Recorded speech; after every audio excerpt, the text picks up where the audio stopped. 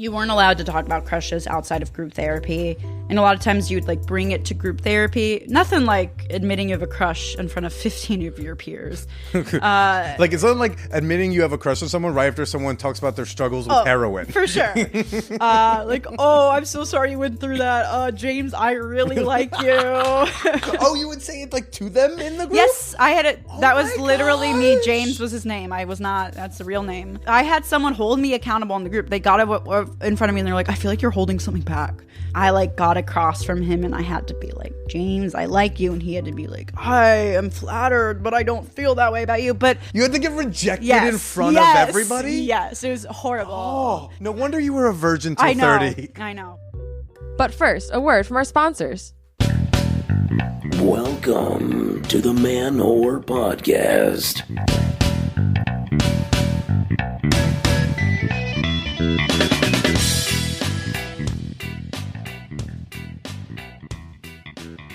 Shout out to all the Drake fans, to the Kendrick fans, and to all the confused white people wondering, what's going on? This is Billy Procida, and you're listening to the Man-Whore Podcast. I'll admit it. I've got the Wikipedia page open on my phone right now for the Kendrick-Drake beef thing. I'm talking to a lady who's really into it. She wants to send me the memes. I was like, I'll study. I'll see if I would really like it if the rappers could like slow down a little. I just want to understand. I just want to like comprehend the words that are coming out. I want to know what your diss track is. I just want to hear the words. I want to hear your brilliant, beautiful, vicious words and whatever Drake is doing. I just want to understand. Comedian Lindsay Lucido is on the podcast this week. We're talking about the troubled teen industry and the weird rules around sex and dating at alternative and therapeutic boarding schools. And we're also talking about losing your virginity at 30. But first, the Naked Comedy Show. It's back next Friday, May 17th in Brooklyn at the Hacienda. Tickets are on sale. There's a link at the top of the schnotes. Come on out. Take your pants off if you want to.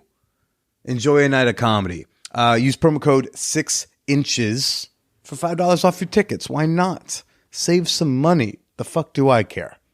Go to manwhorepod.com for all your Man Whore podcast needs, show dates, merchandise, etc. and more. Staten Island, I'm coming by tomorrow. Whiskey Hideaway, 10 p.m. Come on out. Fellas, you're doing too much. Okay? You're doing too much. I was asked to guardian a play party on Friday, and I said, sure thing. I put on my guardian armband, and then I go into the backyard, and there's a man dressed pretty spiffy, by himself, solo man. He was on his laptop. What? We have a no phones out rule, and it's a good rule. You need that rule. No phones are allowed out at the play party. Not just for the safety of everyone at the party. You don't want someone snapping pictures and posting on Instagram, and then like you're in the background, and that causes complications in your life. No phones out. It's a good rule. And we don't have a no laptops out rule, but I don't think we thought we needed that rule.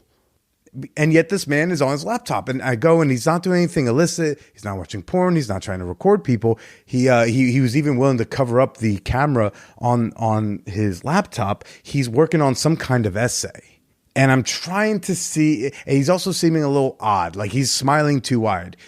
Maybe this is just the New Yorker in me, but if someone's smiling a little too wide and too much, and you're not giving them money or an orgasm, it's a little suspect. Temper down that smile. Take that smile, bring it to Los Angeles where they'll be happy to receive it. I'm in Brooklyn. Like, bring it down a notch. And so, but he's working on this essay, and I'm trying to see if I can either poke fun at him to put it away, or if I can like rationalize him putting it away, or if I can just ask him questions and do like a Socratic method until he realizes on his own I should probably put this away.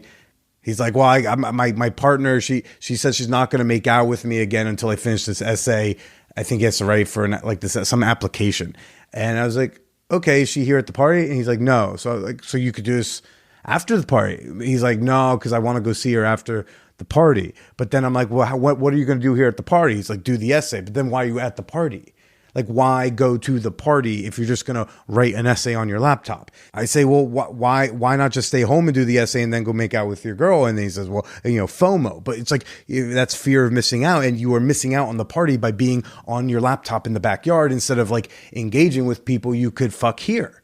But I kind of give up because, we don't have a no laptop out rule. So I can't really just say, well, I decide you can't have your laptop out. I can just make fun of them a lot.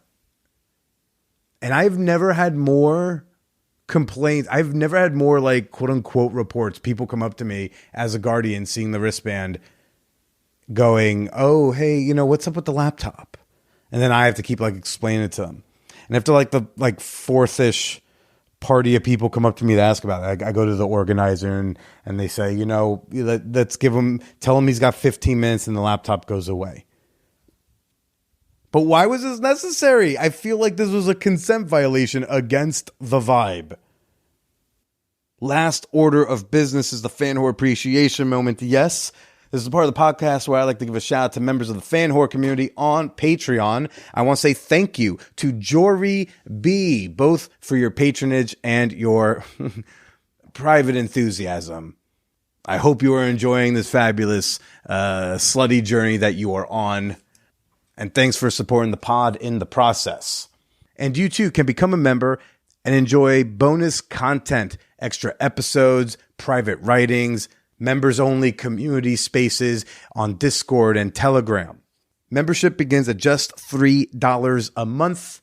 And you can become a member today at patreon.com/manwhorepodcast. I was doing my pre-interview. In my pre-interview, I asked like your relationship status, your sexual orientation. I asked what's off limits, the boundaries. I kind of just like create the container, right? But I always ask like, hey, do you have a burning desire to talk about anything? Or is there something like you, especially if I don't know them very well and there's not like a lot of research to do on their dating life on the internet, then I might ask like anything you really think I should know, like a hint, wink, wink. So this conversation kicks off with that moment because she actually had an answer, and that stopped me in my tracks and had me instantly curious about this woman. So, strap in, buckle up, got some ads, and then Lindsay Lucido. Enjoy ad-free episodes at patreon.com/manwhorepodcast. Let's see. I had sex for the first time in December. Wait, what? Yeah. Okay. So I was 30 and I've been like a virgin, and that was like a big part of my shtick. And then I was like, I turned 30 and I was like, I just got to do it. Okay. You should probably say that like into the mic. I mean, that was right there. I feel Are like. you recording already? I slipped it in. Okay. Yeah. I didn't realize you were recording. I usually find a spot to like fade in. Yeah. It's usually after I ask what's off limits. Okay. I see what you're saying. Yeah. Wait, what? Yeah. I just was like, for a long time, I didn't really date much. I don't know. I have a lot of sexual anxiety, and I would like be dating, and then I'd have to be like, by the way, like I don't have sex. Like that's like not going to happen with us. I've never been in like a relationship. I've like dated, and I dated like a comic actually for like a month, but like it wasn't. So sorry. Thank you. That was like my first. It wasn't. I was the one who was like, no, we're not a couple. We're just like two people hanging out. Is he funnier or not? Oh, like who's the better comic? Oh my God. In status. Listen, in status. How's that? He's not going to listen to this. Yeah. I highly So it's doubt you. it. But we're friends. Is it me? If he's listening, we're equal. If he's not listening, me. Oh my God. I don't know. I don't want to say. But yeah, I think I mean, he ended up breaking up with me, even though he was the one who approached me. Right, because he's jealous. He realized, oh, she's so much funnier than me. I wish. Look at these TikTok followers. No, oh man, her jokes are so tightly written. Oh, damn. No, I think it was like probably my sexual anxiety. Like I wouldn't have sex with him, and like that's fair. He was younger too, so it was like he had a high sex drive. I think this was like 5 years ago, sure. And we're friends now. And I'm not still in love with him. You're totally not. I'm totally over it. You're very fine. I think a big part of it was just my sexual anxiety. Didn't vibe with him. So yeah, for a lot of time I was just like, yeah, I'm not comfortable. I think I was just like, oh, there needs to be someone I'm comfortable enough with to have sex with. And for a long time, I was just like, I haven't found anyone that I'm like comfortable with. So I would always like go on dates and I'd be like, we can like make out, we can like do other things, but like just so you know, I'm not having sex with you. And a lot of times they'd be like, well, is there a chance you'd change your mind? Like, it would just always be like, are you like 99% or like 100? I was like, oh, like 100%, we're not having sex. So, you know, there was a lot of that has made dating difficult. And then I turned 30 and I went to go live in Berkeley for 4 months. I moved in with my sister who has a baby, and my sister was having health issues. And so she needed help with her baby. And so I moved in Berkeley. And I was like, this is perfect time to just have sex. I turned 30. I was like, this is just sad. It's not cute anymore. I was a little like, but then I have to get rid of like some of my best jokes. I was going to ask, like, do you then like lose, like, you got like more in the material? Yeah, so like I definitely have still told some of the jokes, like, because like when I was helping out with my sister, I was like, I don't have time to be writing new jokes. Since I've been back, though, like I haven't done like virginity jokes on stage really, except for the one-liner madness. I did a couple of like, because like some of my best one-liners are about not having sex, and I think the audience can like tell you're not as like it's not as authentic. And then you were like, this material used to fucking crush. Yeah. It's because they all can see through me. They can see. Oh, she's a whore now. Yeah. Well, it's funny. Lindsay so like Lucido. Yeah. So I had sex with this guy who was like, I didn't have sex with him on the first date. I was like, I can't do that. But then we were like texting, and we basically planned it out. He knew I hadn't had sex before. He's kind of a whore, and so he was like, yeah, like, let's do it. And I didn't really like him, but we had really good sexual chemistry. Like we went out, and I was like, God, I hate this man so much. Like on the date, I was like, the date was so bad. What did you hate about him? He was just the most boring. Like, we had nothing in common. He's, on paper, sounds great. He's like a British astrophysicist, or a British theoretical astrophysicist, right? Oh my God, and he wasn't excited? Shocker. Yeah, I know. But he was just also like, still a fuckboy at like 34 with like a serious job. And just like, so I was like, when we were messaging on Bumble, he was like, come over. And I was like, I haven't met you, so no. And then I was like, let's meet in public. If we meet in public, whatever. So we met, and then he kept talking about like, he's kept talking about like, oh, when you come back to my place. And in my head, I was like, I don't like this guy. I'm not coming back with him. But then he invited me over, and I was like, what do I have to lose? I'm 30, whatever. And then we made out and stuff, and I was like, wait, I don't like him like conversationally, but we do have good sexual chemistry. Now, how do you identify that as?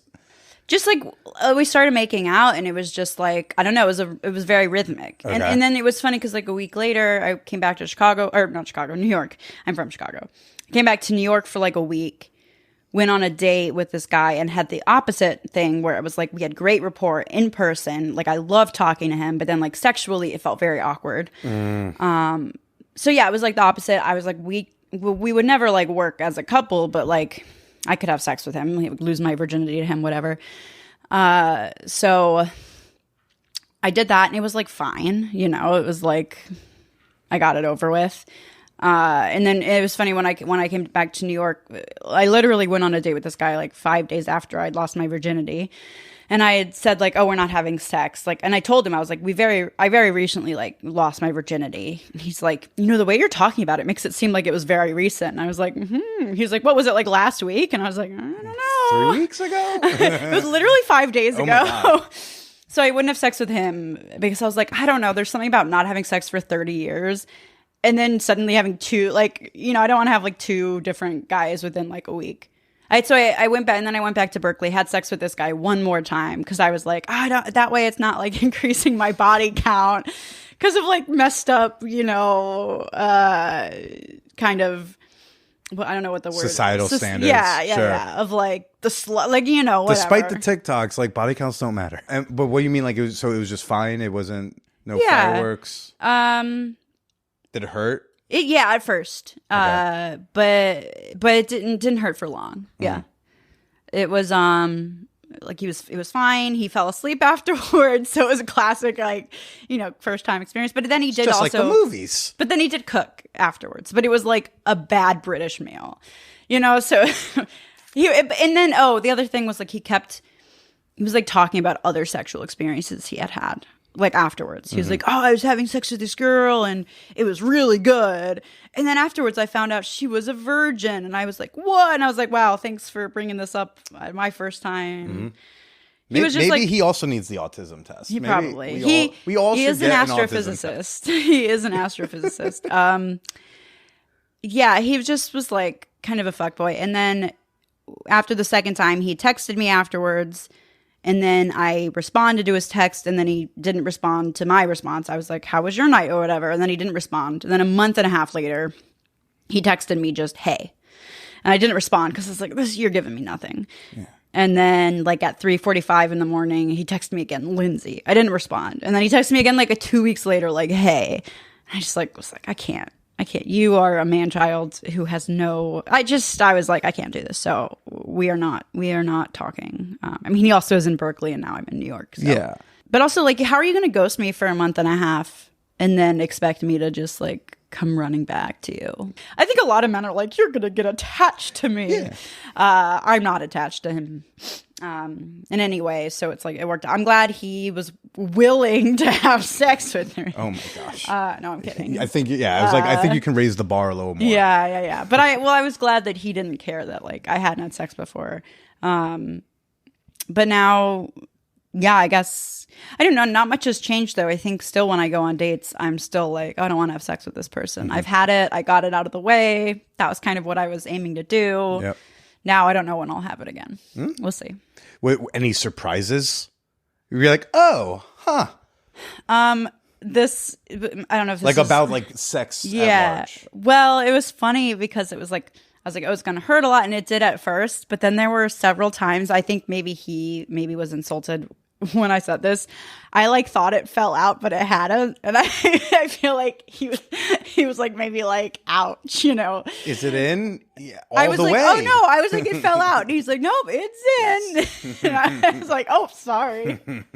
Oh, but then like, I don't know, he just like he just was like not very considerate and like caring. And like the second time we had sex, he was like kind of disappointed because he didn't last long enough because I was too tight. I'm like, I'm sorry, are you going to be mad at me for being too good at this? Like, what?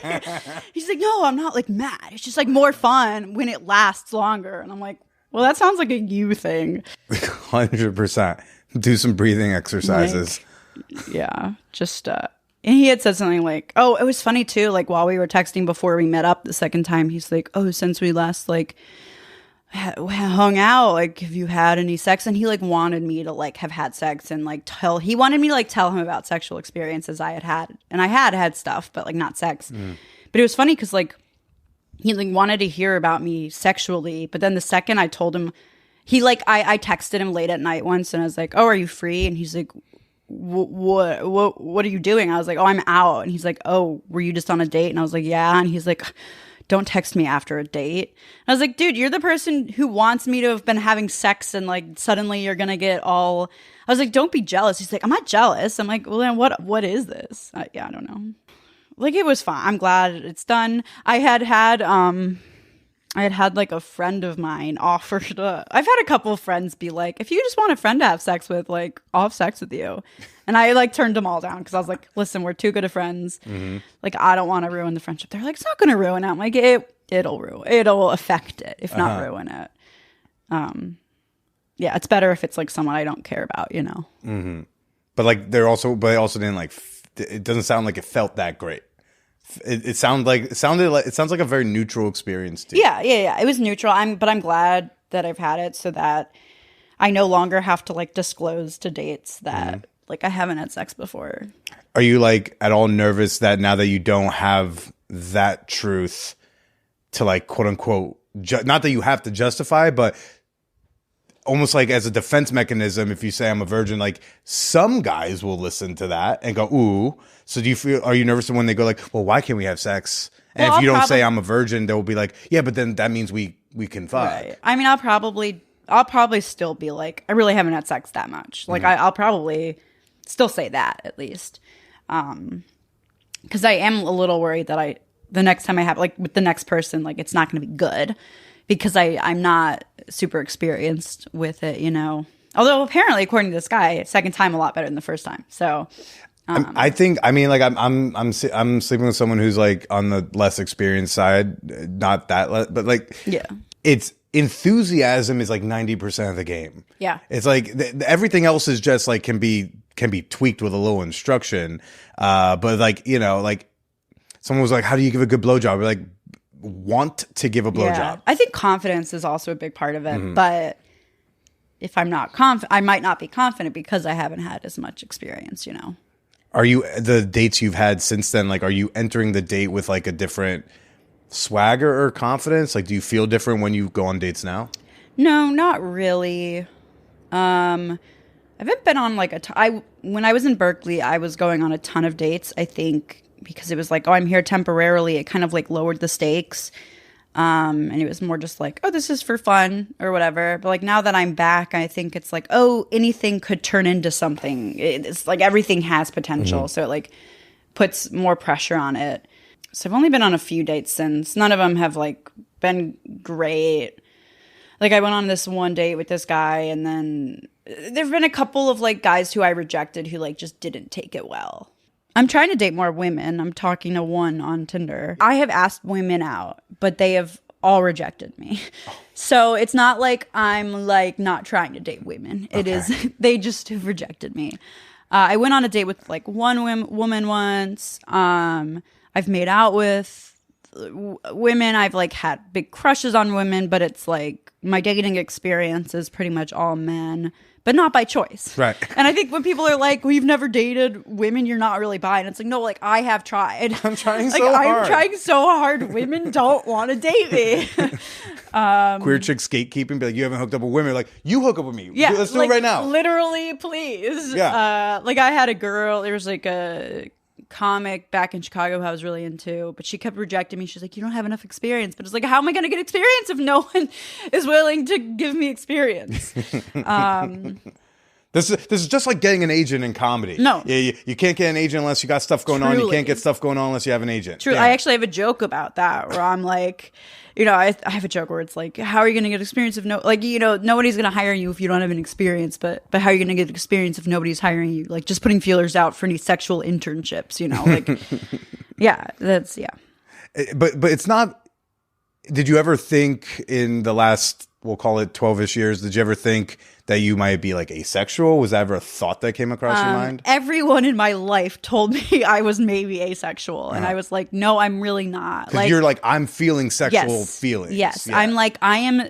They're always like, but like, why don't you want to have sex? Why don't you want to do things? I'm like, I just have like, I think about sex a lot. Like, you know, before I had sex, I was like, I'm so horny.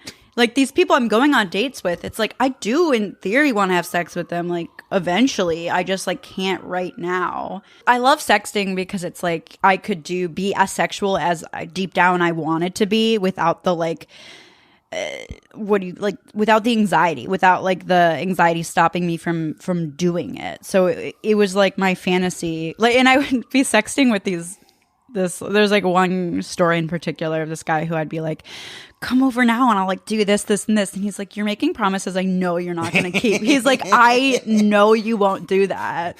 That's when dirty talk goes wrong, where you go like, oh, I'm going to fuck you, sorry. It's like, no, you're not. Yeah. You're a virgin.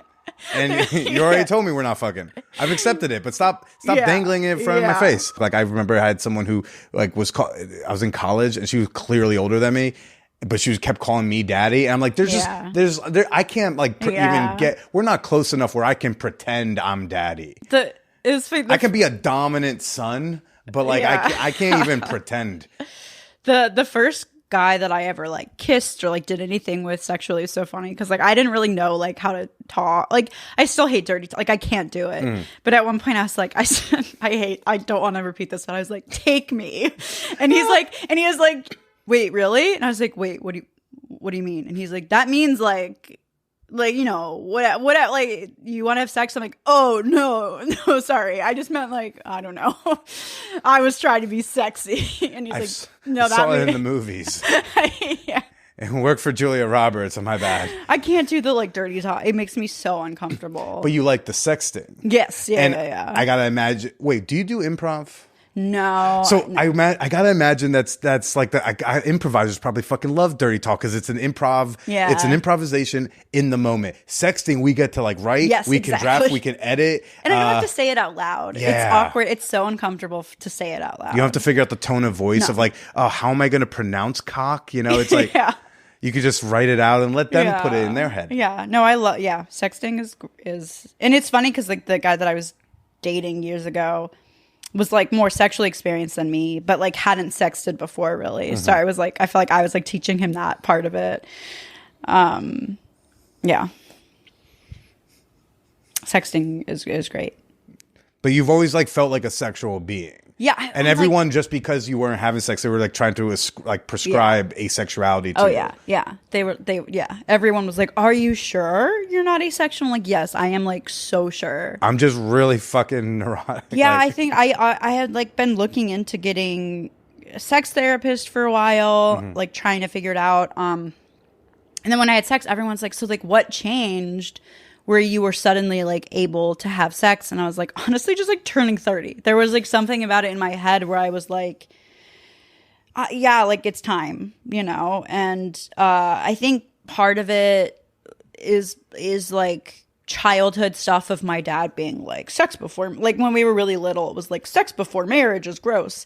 Oh, you were raised with that stuff? Like sort of. Like my mom was never like that. We weren't religious or anything like that. It was never a religious thing. My dad is just a prude and like has only ever had sex with my mom, like just like that sort of thing. So I felt like I was always like, oh, it's dirty. And so I think there was something about turning 30 where I was like, okay, it can't be dirty at 30. Like, ooh, dirt, that rhymes. So it's like there was something about like, oh, it's officially okay. I don't know. I don't have there's no like logic behind it really. Yeah. I mean, well, because like neuroses like is the logic, right? Yeah. I mean, because there's all sorts of like logic. There's like loops and justifications, things we put in our head, but they won't make sense when you tell another person. Right. But it makes sense to you. Right. Right. So was there like a little bit of that at play? Not even though. Like I don't even know like what I was telling myself. There was just like a mental block. I didn't even have like a reason for it in my head. I mean, I guess there's like a little bit of like STD, pregnancy anxiety. Okay. It's funny that when I had my first, I didn't have my first kiss till I was 21. And I remember after it, I was like, well, gotta get on birth control because I'm obviously gonna have sex really soon. So I did briefly get on birth control. And then I was like, oh, no. Like I'm just. How long did you take birth control before you were like, nah? A couple months. And I was like, oh, no, I'm still not so far from having sex. But you said but like I would do other stuff. So like were you doing like everything but like you're doing oral and hand stuff? Yeah. And that would that not spark the similar block? So I went through like a period where I was like, yeah, I'll give blowjobs, I'll do this. And then it had been a while since I had done it. Like I would go through like 2 years without doing anything sexual, without even like kissing someone. And then, like, if it had been that long, then suddenly there was, like, a mental block again where I was like, I can't do it now. Like, I would hook up with someone and be like, sorry, like, I'm not giving you a blowjob. Like, we can only go so far. It was like I went backwards because it had been so long. I think part of it was just, like, me being afraid it was going to be bad. And so, like, not wanting to do with it for that reason. But, like, it's so weird. Like, there would be, like, a year where I was like, I'm cool doing whatever. And then there would be 2 years where I was like, I can't do anything, you know? Yeah. Like, no one can see me naked. It just, no logic, just kind of going vibes, all vibes. And so now you're back out, but you date a lot and sounds like you're back out dating. I'm on the apps. I went on, but in the past couple months, I've only been on, like, 1 or 2 dates. The first of those dates was like this guy who I told him I did comedy. He's like, oh, I hate comedy. I'm like, great, this is going great. He was German too, so I think it was partially like a cultural thing, honestly. Yeah, they don't like to laugh. Yeah, and I was like, well, and then when he asked me, like, he's like, what are your niche interests? And I was like, comedy. And he's like, that's not a niche. He's like, that's not niche. And I was like, well, you don't like it. Clearly, it's like niche enough. You don't like it. And then the other date I went on was this guy here who I ended up initially planning a second date with, but then before it, I was like, hey, sorry, like I've rethought it and I'm not like interested. And he didn't take it great. Like at first he did, he's like, okay, best of luck. And then he like came back and was like, actually, like here are all the reasons you suck, kind of. Not really. It was basically he was non-monogamous and I knew that going in. And I to kind of turn him down, I was like, yeah, I've just kind of thought about it and I just like can't really date someone who's non-monogamous like more than casually. I'm fine dating multiple people. But like I'm looking kind of for a partner and I was like, I can't have a partner who's non-monogamous. And then at first he was like, cool. And then he was like, okay, wait, was I like not clear with that going in? And I was like, no, you were clear. He's like, okay, well, I just think you should be clearer then going in because you make me feel pretty silly. And then I went, well, honestly, if I liked you more, I would have been fine with the non-monogamy. And he's like, touche. Well, you know, a movie is a really weird first date, and you should have invited me to your stand-up show afterwards.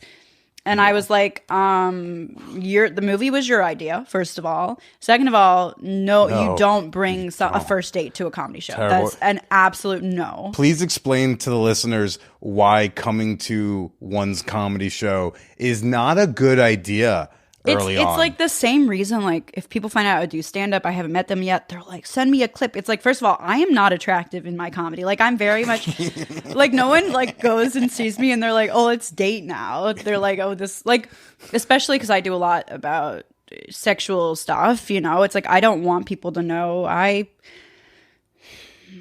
don't do a lot sexually. Like, it's just not an attractive look. And I've had guys be like, send me like, what's your TikTok or whatever? And after a lot of being like, no, I'm not going to, he'd be like, come on. And I'd be like, no, you're going to unmatch me. He's like, no, I won't. And then they unmatch me. It has happened multiple times.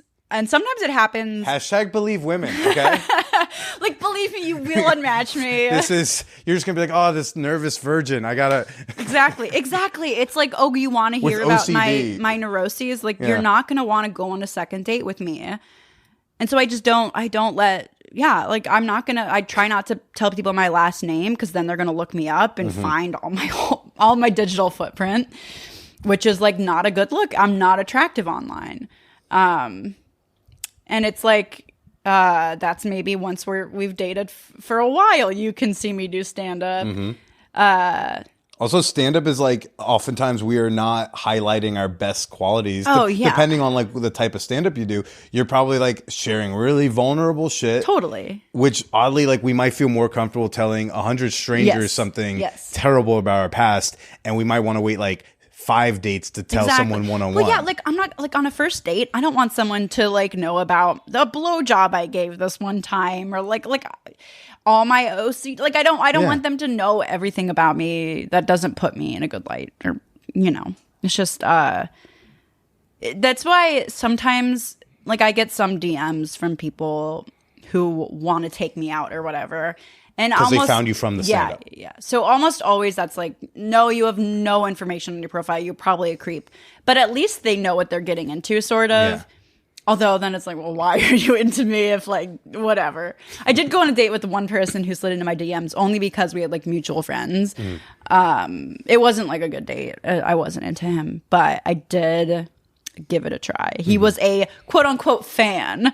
I'm going to use that term loosely because that seems silly. But yeah, I did go on a date with him because I was like, well, he at least like knows my vibe, you know? Mm-hmm.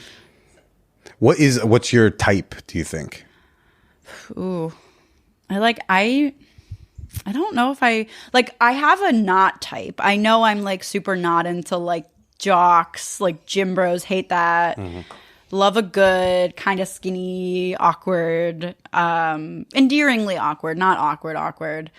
A guy where you're both terrified of each other on the date? Exactly. Oh, great. No, I love that for both of you. No, I have been. Actually, no. I have been on a date like that, and it was horrible. It was like a friend. Where you're like, oh, is this what's like dating me? Yeah, no, 1,000%. I had to leave our second date like midway through because I was like, I cannot handle. It was funny because he's a comic in Chicago, and everyone was like, you guys are the same person. It is insane. So I was like, oh, we're so similar. Let's date. It was a horrible idea. So yeah, it didn't work out because I was like, I can't date myself.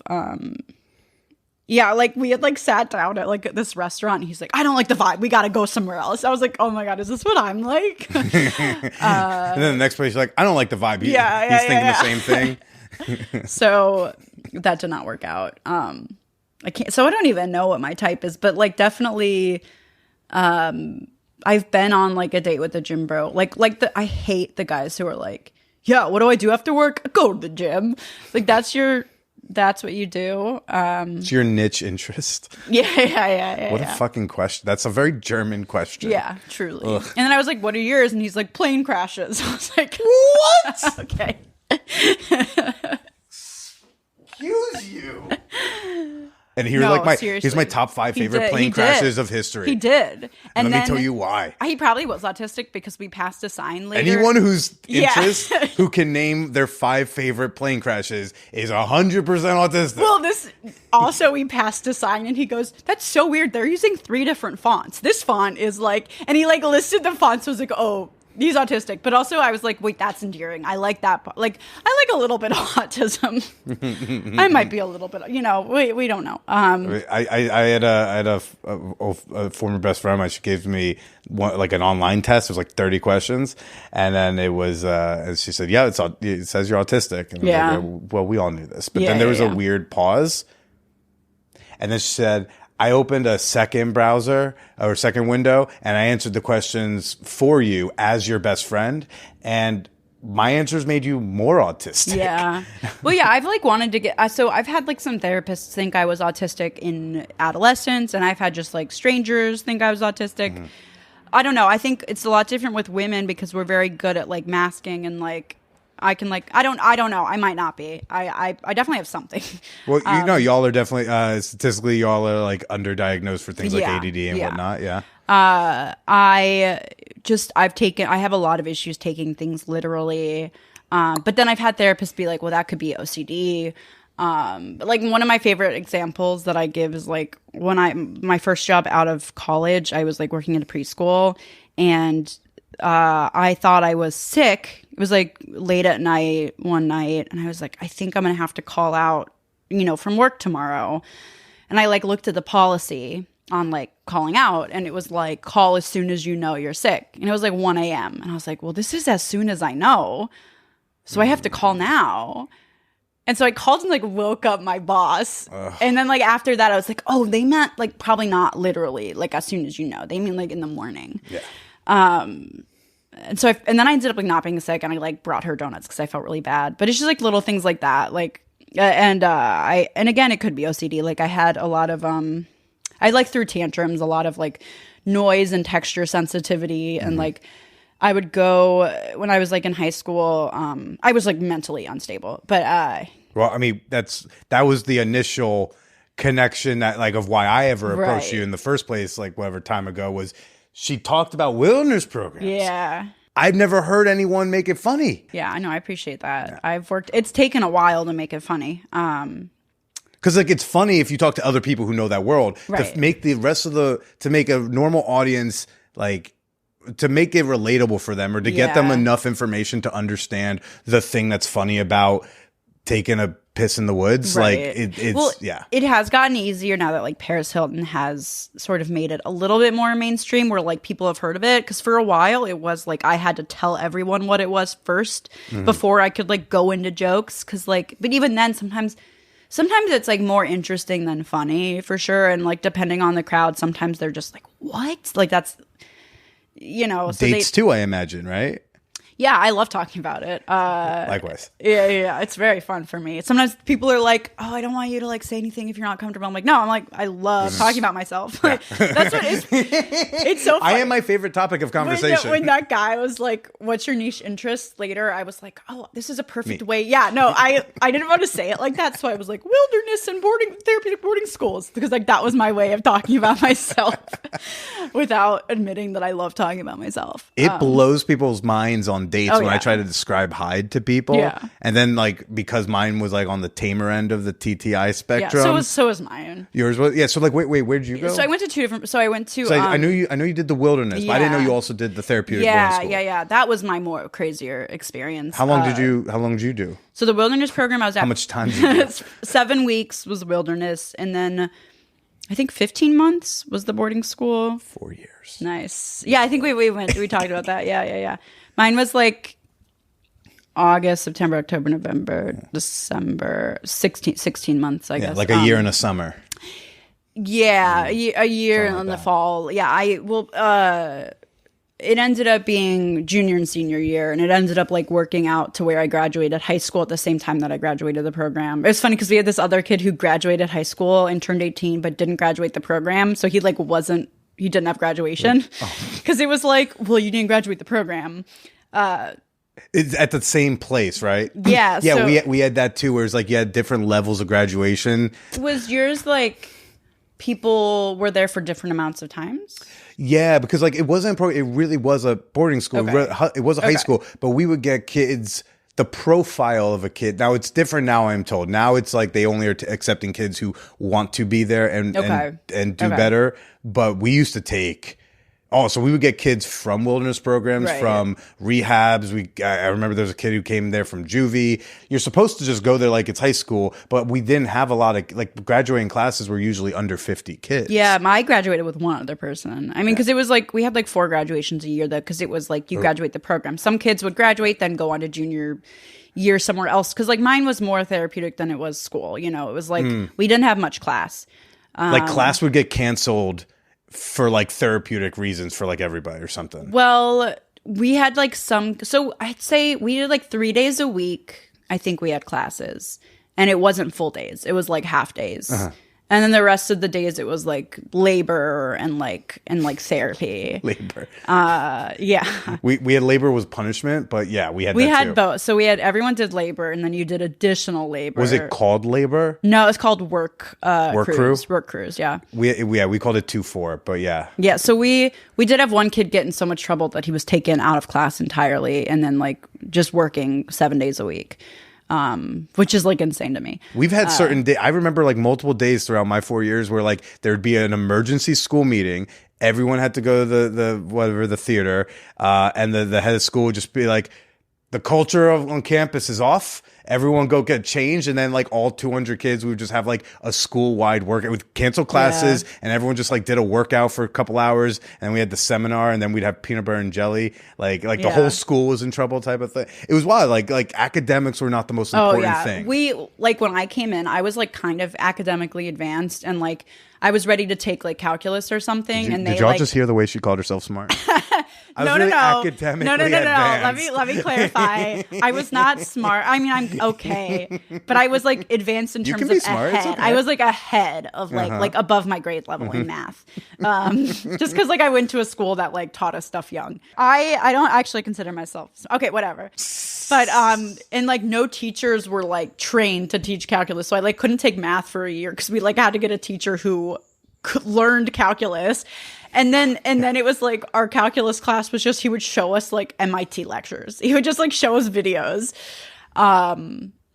But yeah, so we did more like we had like 3 group sessions a week, and they could be anywhere from like an hour and a half to like 3 hours. And then we did like work crews, and then we did cleaning crews. Every Saturday we spent like half the day deep cleaning like the entire campus. Yeah.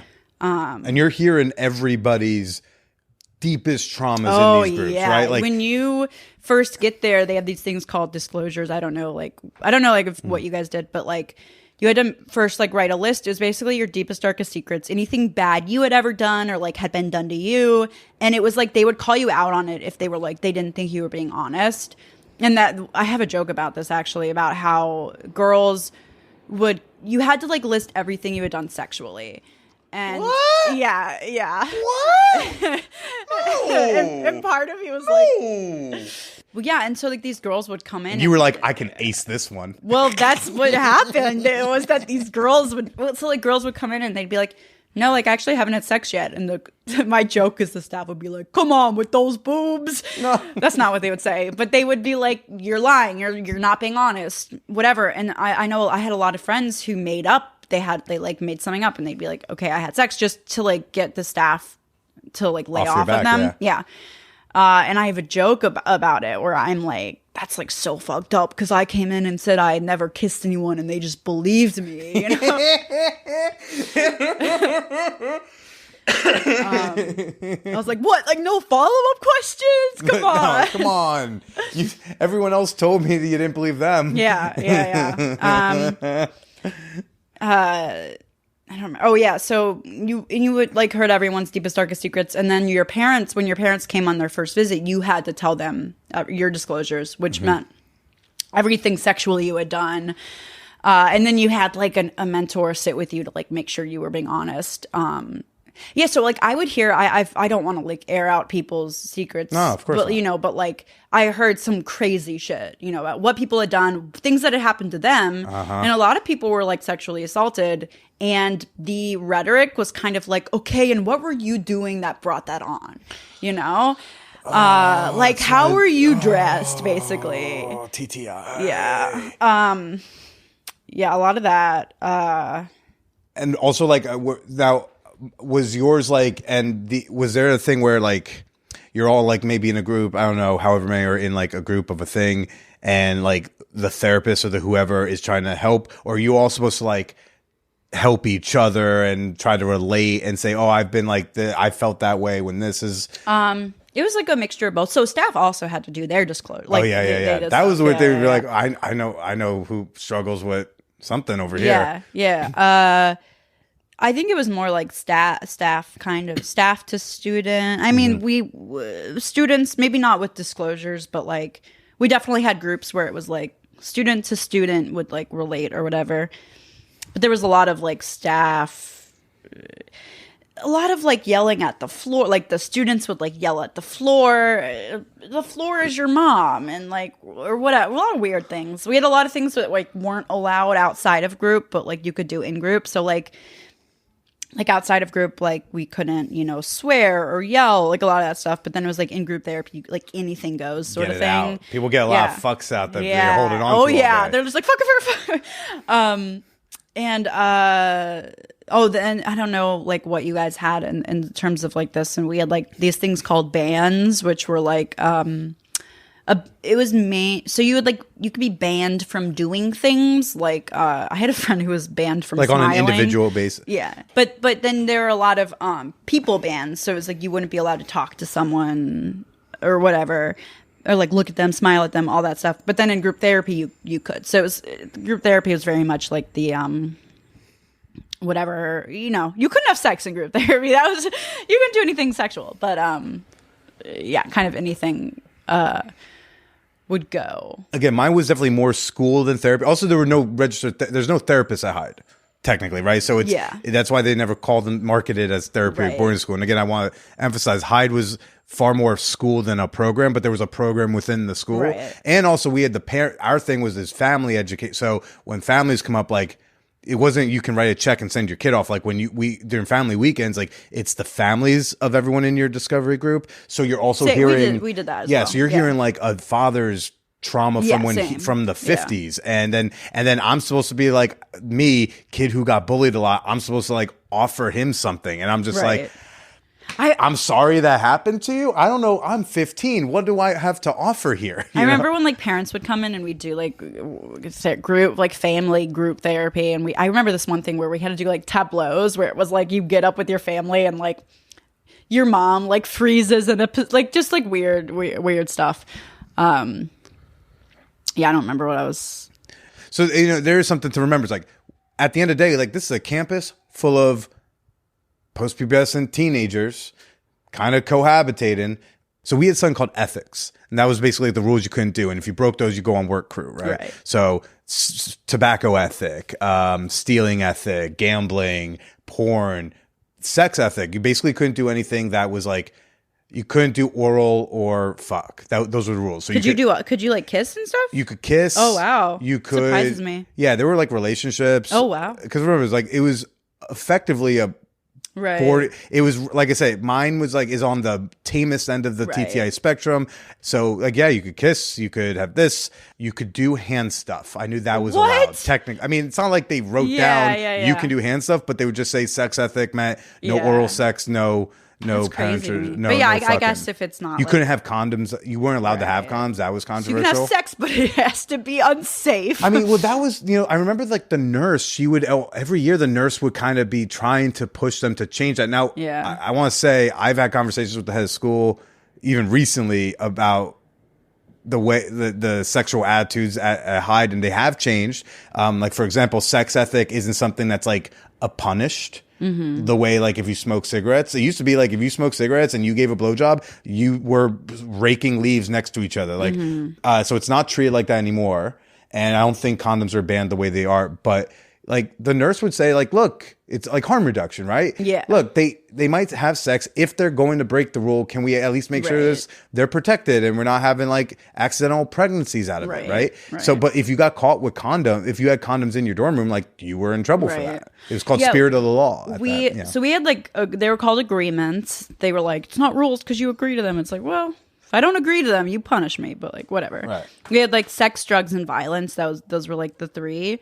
Sounds like a band name. But like the sex agreement was definitely like the main. A lot of stuff fell under sex, and like that we weren't allowed to like flirt, like anything.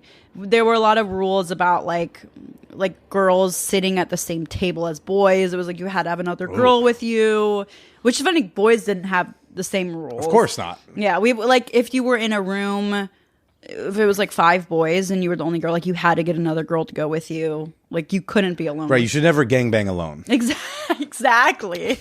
And a lot of times it was like crushes. Like you weren't allowed to talk about crushes outside of group therapy. And a lot of times you'd like bring it to group therapy. Nothing like admitting you have a crush in front of 15 of your peers. Like it's not like admitting you have a crush on someone right after someone talks about their struggles with heroin. For sure. Like, oh, I'm so sorry you went through that. James, I really like you. Oh, you would say it like to them in the group? Yes, I had it. That was literally me. James was his name. I was not. That's the real name. You had to I had someone hold me accountable in the group. They got it in front of me and they're like, I feel like you're holding something back. I like got across from him and I had to be like, James, I like you. And he had to be like, I am flattered, but I don't feel that way about you. But you had to get rejected in front of everybody? Yes, it was horrible. Oh, no wonder you were a virgin till 30. I know. But even before I went away, I was like terrified of dating.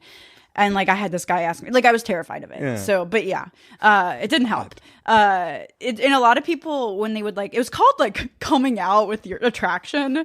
Coming out with attraction? Which is so funny because like you really weren't allowed to be gay. I mean, you could be, but you couldn't like talk about crushes to same sex people. But, or like in group therapy. But a lot of people who would like have this attraction or whatever, especially if it was mutual, they would get put on bans outside of groups. So like they weren't allowed to talk. But it was like because I was like, I got sent away for like really bad anxiety, depression and all that. Whereas like most of the other kids were sent away for like being sexual and like all these like or drugs. Right. Or, right. Like and so like most kids would be put on bans from them. And it was like for me, they were like, Lindsay, you have to keep talking to James. Like they like it was like the opposite of everyone else. They were like, we've noticed you're avoiding him. Are they trying to give you a humiliation kink? Like I don't know, man.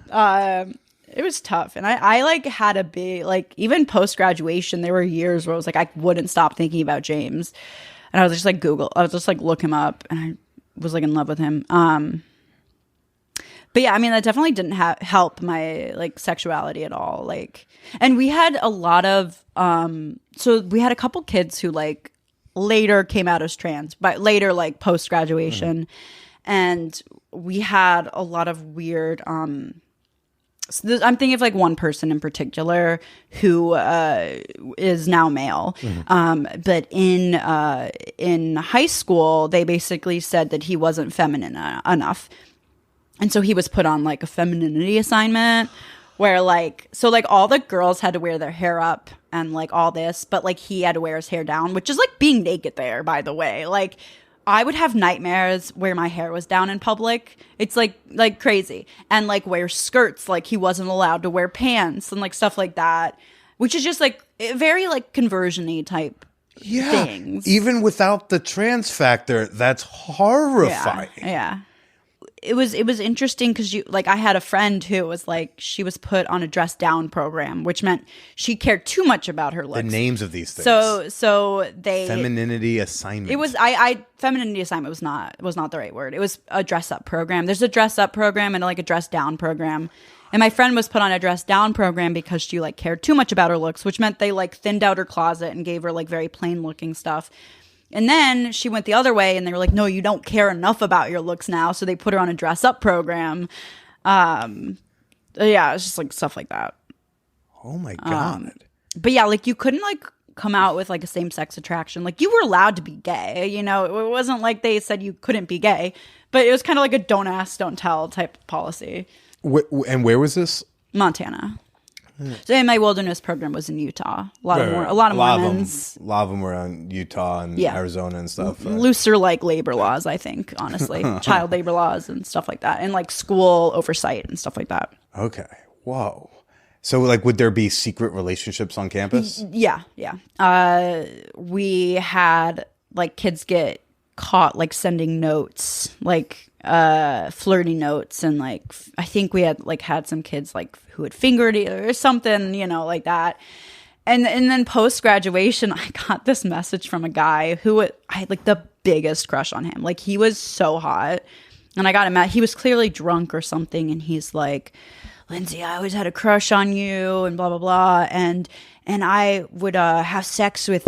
And I was like, whoa, okay. I shouldn't have used a real name, but sex with so-and-so. But yeah, he basically was like, I used to have sex with so-and-so during dorm checks, which was like, we had older students were like students who had like gone up in the steps. Like there was like a step program when you had been brainwashed enough to be given a little more privilege. And the older students would like go and check the dorms to make sure we had cleaned them. But like we had to like clean, like there were not allowed to be smudges on the mirror, any water in the shower, stuff like that. He said, we used to have sex during dorm checks and I would always picture you.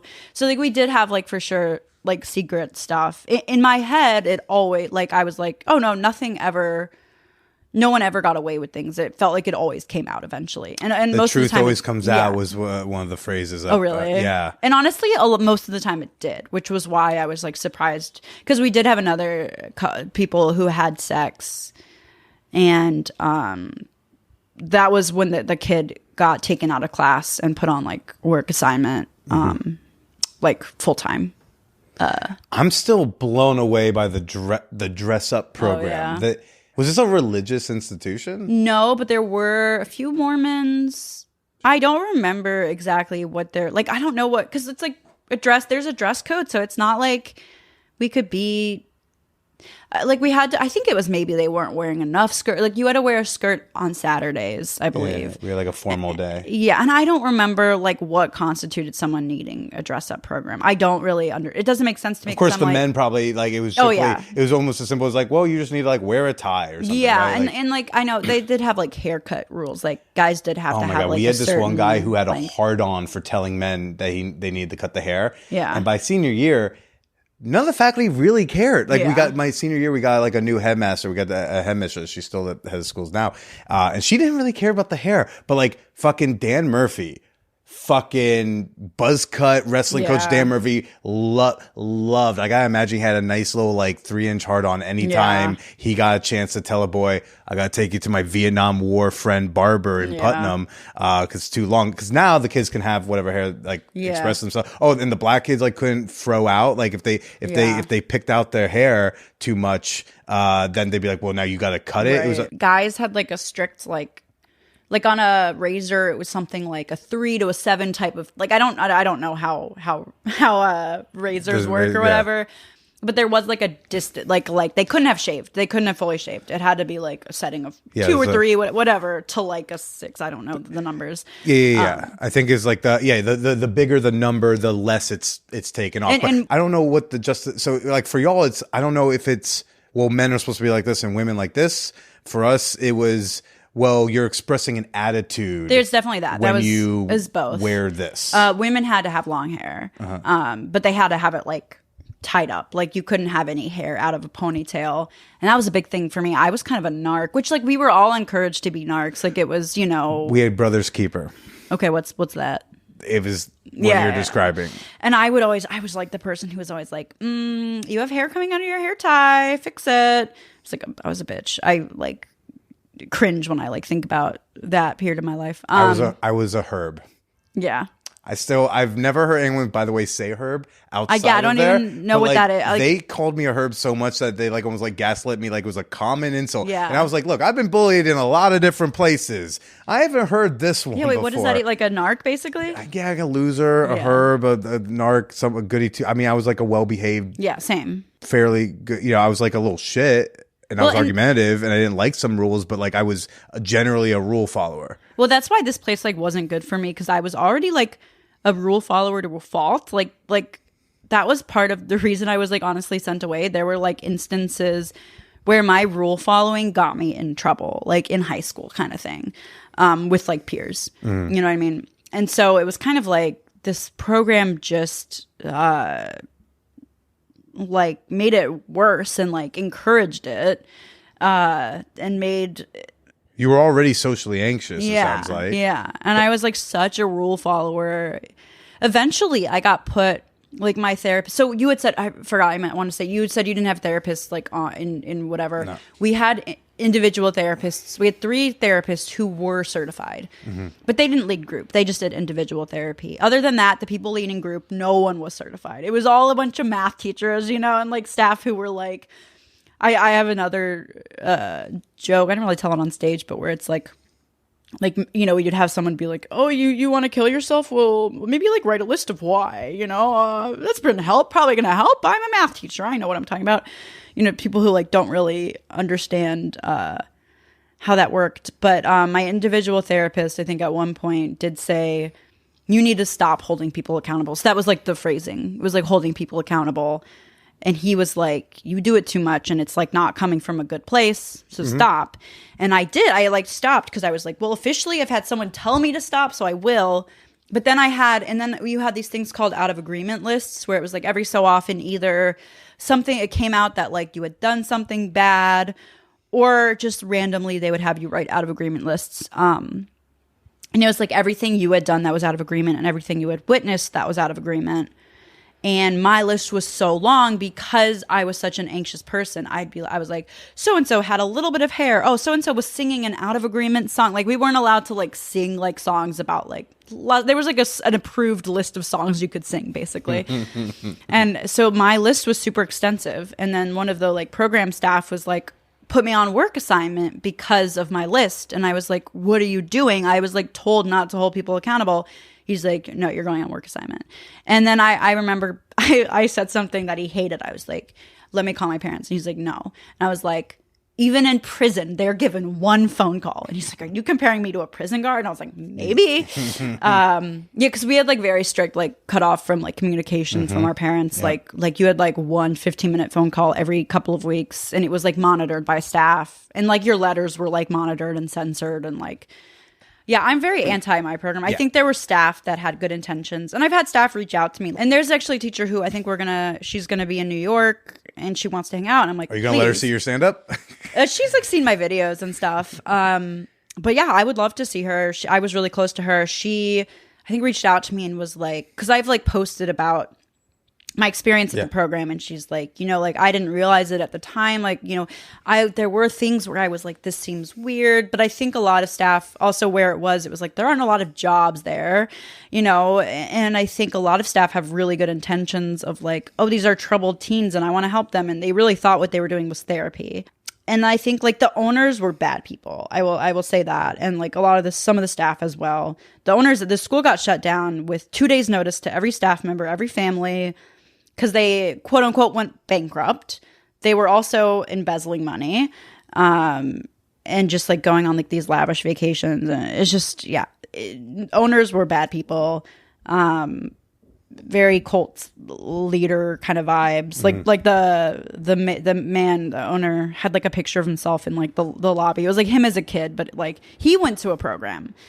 And so, yeah, just weird vibes. But I think the philosophy was like wrong, but I do think there were like staff who had really good intentions, and we follow each other on Instagram and stuff. How's it feel to talk about it? It was fine. Talk about it all the time, you know. Okay. I'm a little like removed from it. I think I always say that like I think I was a little removed from the situation, and I didn't think about it a lot until it got like shut down. And I think like it getting shut down brought a lot of like emotions up for me, and like made a lot of the students like reconnect, kind of and kind of just like reflect on like what went on there, and sort of be like no great program is getting shut down with like 2 days notice, you know. There was like a lawsuit, I think, about just the fact that like these parents had spent all this money and then had 2 days, super expensive, by the way, insanely expensive. And then I think it's kind of labor trafficking, because we would have these parents pay exorbitant amount of money, and then the students were like running the school. And like the first students literally built the school. We had a farm, and like the students were the ones feeding the animals, like cleaning up after the animals. They'd be like, well, we got one staff. We got Jim, like some 74-year-old old man with probably a mustache, a big white mustache. Yes, no, 1000%. He had a mustache. Like just like one guy who like worked on the premises. They don't work the farm. They're just helping Jim out as part of their program. Wait, literally what was his name? His name might have been Jim. Yeah, so like even it was like the students like shoveled the snow and like broke the ice, and this part was like gotten rid of literally like the week before I got there, because parents had complained. But like a lot of work assignments were students had to dig up stumps, like tree stumps, without like the help of like good equipment. And they would be like, there was like a stump wall, which is like just a stack of all the stumps students had dug out, and then they like burned the wall, and everyone's like, it was like they're trying to get rid of evidence, and like all this stuff. I don't remember why I brought that up.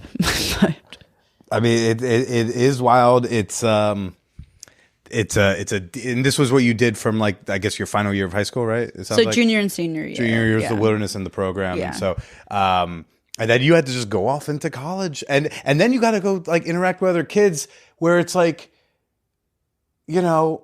Yeah, like you can't. It's hard to explain to other people. Well, I was lucky though. Just... I was lucky in that I graduated early, and so I had time to like readjust to society. Whereas I had friends who like graduated and like right away went to college, and they went wild, because it's like you go from like the strictest environment to like someplace with no rules. I had time where I like went back home and I like took a college class.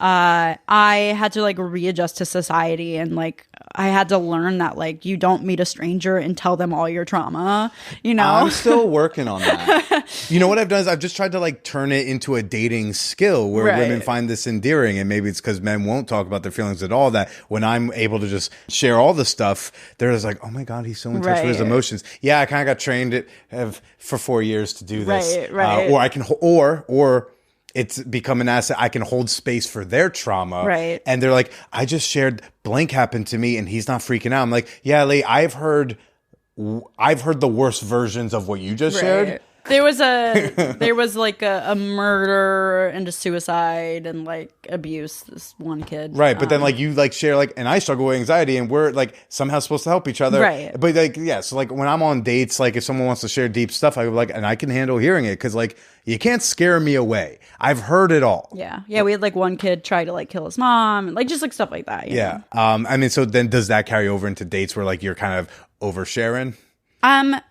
I overshare for sure, but it hasn't been like, it seems like it's been an asset, I think, because people find it so interesting, you know, and it doesn't hurt that it's so interesting, you know, and I love talking about it. So it's like, I get excited. I tell the story well. I've talked about it in stand-up, so it's like, I can make it funny. Mm-hmm. So I think it's worked for me. You know, I'm like, how can I wiggle this into conversation?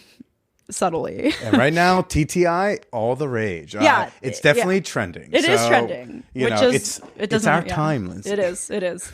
Yeah. Ours and Paris campus. That's why, Well, that's why I wrote a pilot about my experience, and like I'm writing a solo show, and it's like not where I want it to be, but I'm sort of like, I gotta hurry up while it's still like trending, you know, before it's like overrun with stories. Yeah. Before they legislate, which they should do, just can you hold off on that bill for a couple years till I can get my thing out into the world? Yeah. Lindsay, this was awesome. This is fascinating. Thank you for having me. It's a joy to talk about. Yeah. But Lindsay, where can people go to, find you, follow you, check out your TikToks, and then be like, no, I totally know what I'm signing up for. Yeah, I want to date you. I mean, all my like handles and everything are just my name, which is Lindsay Lucido, which is LindsayLucido. Yeah. Great. Well, Lindsay's, if you have the opportunity to see her live, very funny. Thank you. I appreciate it. Thanks for coming by. And, why don't you go ahead and say farewell to everybody? Thank you. Goodbye. Thank you and good night. What is that? What was that from a long time ago? Goodbye and good. Yeah. Good night and good luck. Good night and good luck. Wait. Hold on. Don't go anywhere. I got more. Can you believe it? There is more Lindsay Lucido. I'm going to play a tease of that in a moment. Thank you to whoever left me a 5-star rating on Apple Podcasts in the last week. You bumped me up from a 4.4 average to a 4.5. That's what we like to see. So, if you haven't yet, please leave a rating, leave a review for the Man Whore Podcast on Apple Podcasts, on Spotify, wherever you like to do the thing. Naked Comedy Show next Friday, everybody. I hope to see some of y'all there. Hot. Movie night. It's coming back. I had to take a little hiatus. Life was getting a little crazy, a little hectic. So we're going to come back. We're going to watch The Godmother. I think it's from 1973. The Godmother is apparently a very sexy film. The lady on the cover has very big boobies. And we're going to be watching that next Thursday, May 16th at 9:30 p.m. Eastern Time. That is only available to Patreon members in the Champagne Room. Okay, so you got to join the Patreon. And then I'll see you in the Discord server at manwhorepod.com/Discord. And we're going to do some Mystery Science Theater 3000 while people come. But tomorrow you're getting a bonus episode with Lindsay Lucido. I didn't think I was going to... I'm going to do a separate bonus episode later. I'm going to do all my high school era hookups. There are not many. But I'm going to share what my my limited high school sexual experiences. I'm going to do a bonus episode of that soon. But you got more Lindsay Lucido, and I'm going to play a teaser clip from it. We were just talking. The mics were off. The mics were in my backpack, and I was just asking, so like, what do you do for work? What's your income sitch? Because comedians, you never know. You might see someone on Netflix one day, and then they went to temp the next day. You never know. So I'm asking her, she's telling me things, and then she says, and I did this one thing one time, and I'm like, what? Do I need the mics out?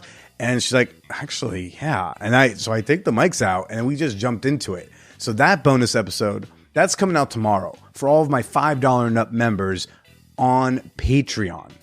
I'm going to play a teaser for it now, but you can gain full access to that Boney, as well as over 300 bonus episodes at patreon.com/manwhorepodcast.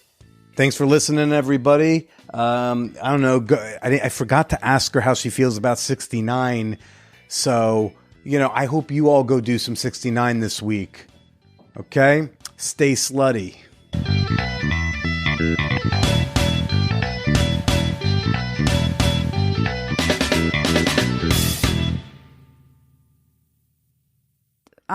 I justified it in my head because it's like if a guy comes in to your coffee shop and he's like, I'll give you $200 for a cup of coffee. It's like, well, it doesn't matter what he's going to do with the coffee, just because he said he's going to jerk off into it. Like, what, you're not supposed to make $200 on a coffee or whatever? Like, who's to say that people paying $5 for a coffee aren't also jerking off into it? Just like,